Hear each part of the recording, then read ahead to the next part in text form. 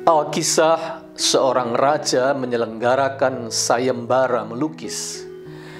Ia menghendaki sebuah lukisan mengenai damai, peace.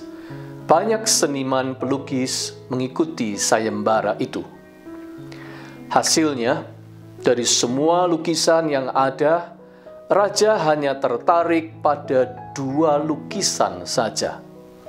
Lukisan yang pertama menggambarkan sebuah danau yang teduh sekali. Permukaan airnya memantulkan pemandangan gunung-gunung di sekitarnya dengan begitu sempurnanya. Di atasnya terlukis langit biru dengan gumpalan awan putih bagaikan hiasan kapas yang lembut. Semua orang yang memandang lukisan ini pasti segera membayangkan itulah yang namanya kedamaian.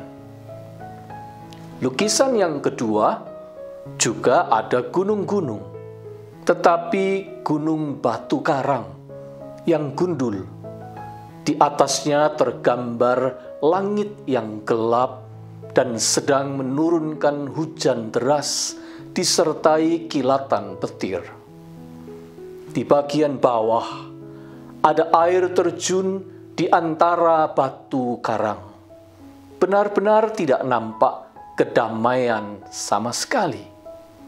Akan tetapi, raja juga melihat di belakang air terjun yang mengalir deras itu terlukis seekor burung membangun sarangnya di sela-sela batu karang.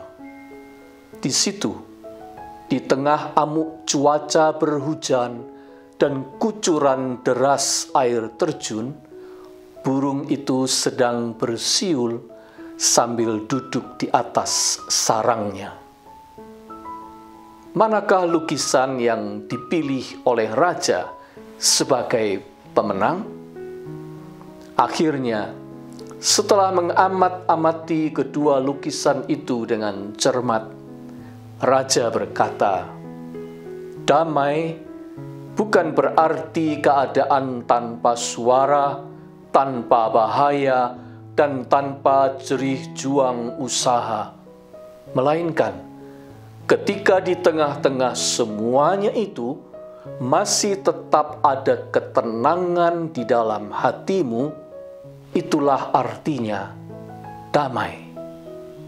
Lukisan yang kedua menempati posisi sebagai pemenang sayembara itu.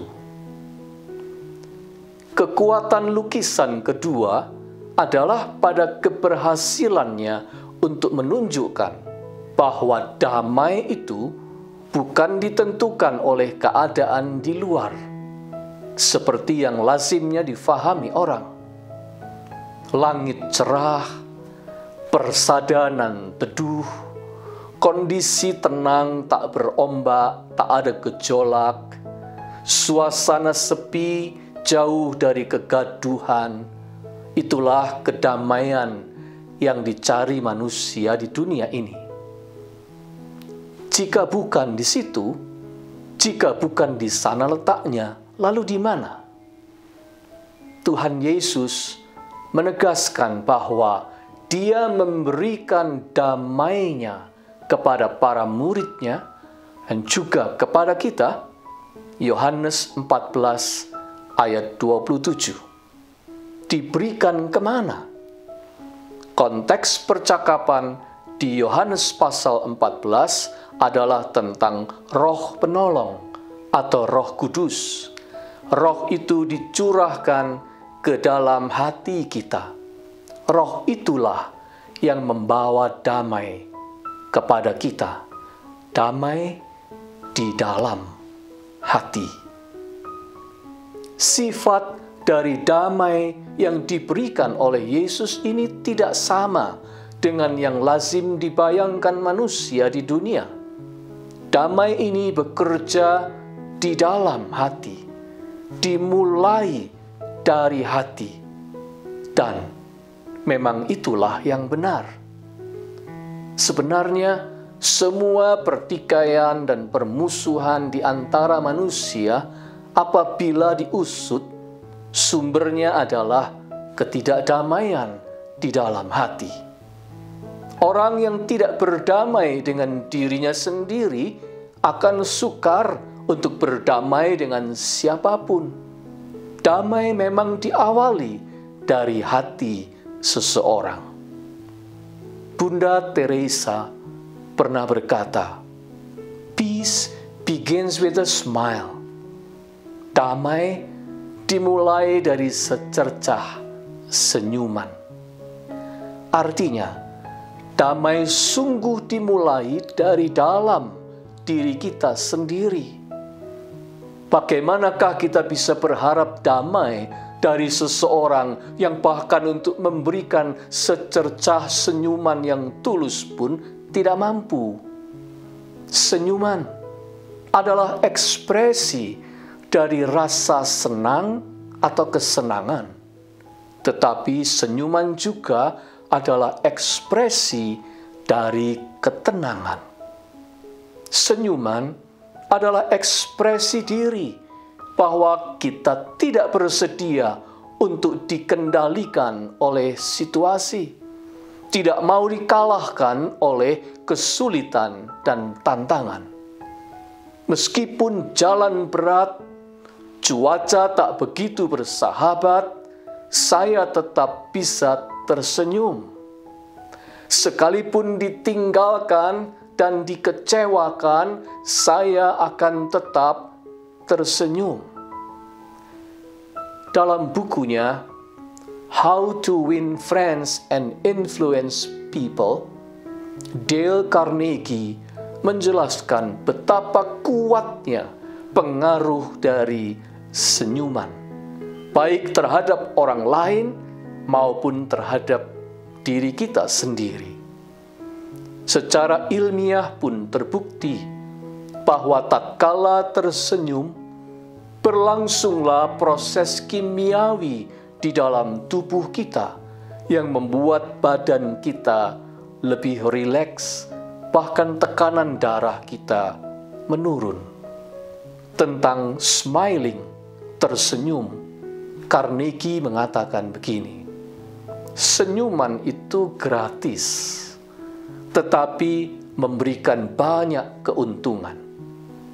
Memperkaya si penerima tanpa membuat miskin si pemberi.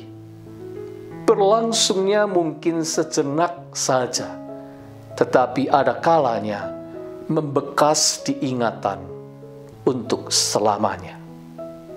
Ya, senyuman adalah ekspresi dari sebuah kekuatan. Kekuatan dari dalam hati. Hati yang dikendalikan oleh peace, damai. Oleh karena itu, senyuman adalah senjata untuk melawan rintangan, untuk menghadapi tantangan, untuk memenangkan kawan, dan untuk memperkaya persahabatan. Roh Kudus diberikan Yesus kepada kita sebagai penolong untuk menghadapi kerasnya kehidupan ini. Sebab Roh itu mengendalikan hidup kita dari dalam. Mengendalikan dengan sebuah kekuatan yang sungguh perkasa, kekuatan yang bernama peace. Damai sejahtera kutinggalkan bagimu, damai sejahteraku kuberikan kepadamu, kata Tuhan Yesus. Maka jangan berhenti untuk memberikan senyuman dalam hidup kita setiap hari sebagai bukti dan pantulan refleksi bahwa diri kita dikendalikan oleh damai yang diberikan Yesus di dalam hati kita. Hanya di dalam perlindungan batu karang Yesus Kristus, kita dimampukan untuk tetap menyungging secercah senyuman kedamaian. Yesus, Engkaulah batu karang kami yang teguh. Di bawah naungan dan perlindungan-Mu, kami berteduh. Meskipun tak jarang dunia ini rusuh, masalah tampil sebagai musuh, namun kasih-Mu melimpah penuh. Janji-Mu bagaikan menara yang tak pernah runtuh. Di tengah badai dan hujan guruh, penjagaan-Mu bagai tameng perisai yang kukuh. Ketika gentar menghajar, gelisah menuduh, satu saja yang kami butuh, kehadiran-Mu di dalam hati yang sedang bergemuruh. Damai-Mu yang teduh dan memberi kami pengharapan yang teguh. Amin.